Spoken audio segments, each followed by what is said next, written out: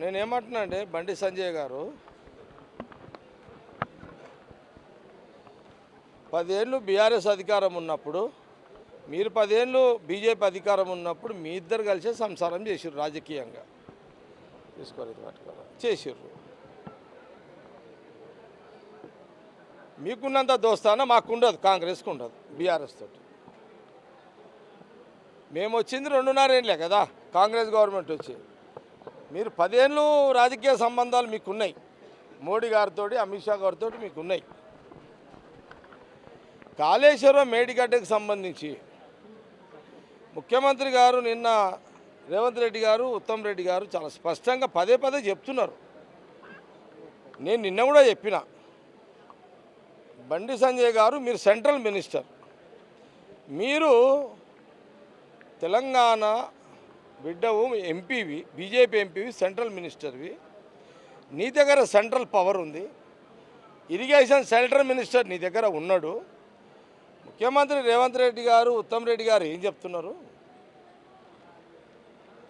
Damage safety అధికారులు central department అధికారులే కదా, సెంట్రల్ మినిస్టర్కి మీరు చెప్పి,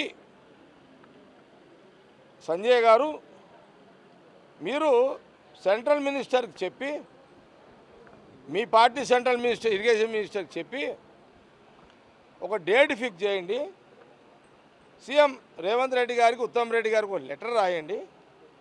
అట్లాగే కేసీఆర్ గారికి, హరీష్ రావు గారికి ఒక లెటర్ రాయండి. ఈ డ్యామ్ సేఫ్టీ అధికారుల ముందు కూర్చొని పెట్టండి.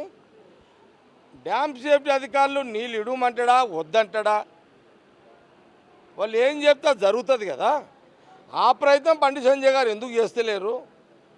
నీకు కూడా హరీష్ రావుకు పట్టిన బీమారే పట్టిందా టీవీల ముందు మాట్లాడేది? హరీష్ రావు అంటే అపోజిషన్ లీడర్, టీవీల ముందు మాట్లాడే ఒక అర్థం ఉంది. నువ్వు సెంట్రల్ మినిస్టర్, నువ్వు టీవీల మీద మాట్లాడితే ఎట్లా మంత్రి గారు? ముఖ్యమంత్రి గారు చెప్తున్నాడు కదా, చెయ్యండి, ఆ ప్రయత్నం చేయండి. డ్యామ్ సేఫ్టీ అధికారులను సెంట్రల్ మినిస్టర్ ద్వారా ఒక లెటర్ రాయండి. అందరు ఢిల్లీకి వస్తారు, వాళ్ళు ఏం చెప్తే అది చేస్తారు. ముఖ్యమంత్రి రేవంత్ రెడ్డి గారు, ఉత్తమ్ రెడ్డి గారు చేస్తారు. ఇంతకంటే స్పష్టత బండి సంజయ్ గారికి ఎన్నిసార్లు చెప్పాలని కాంగ్రెస్ పార్టీ, కాంగ్రెస్ గవర్నమెంట్ తెలియజేస్తుంది. Subscribe us and press the bell icon for more interesting updates.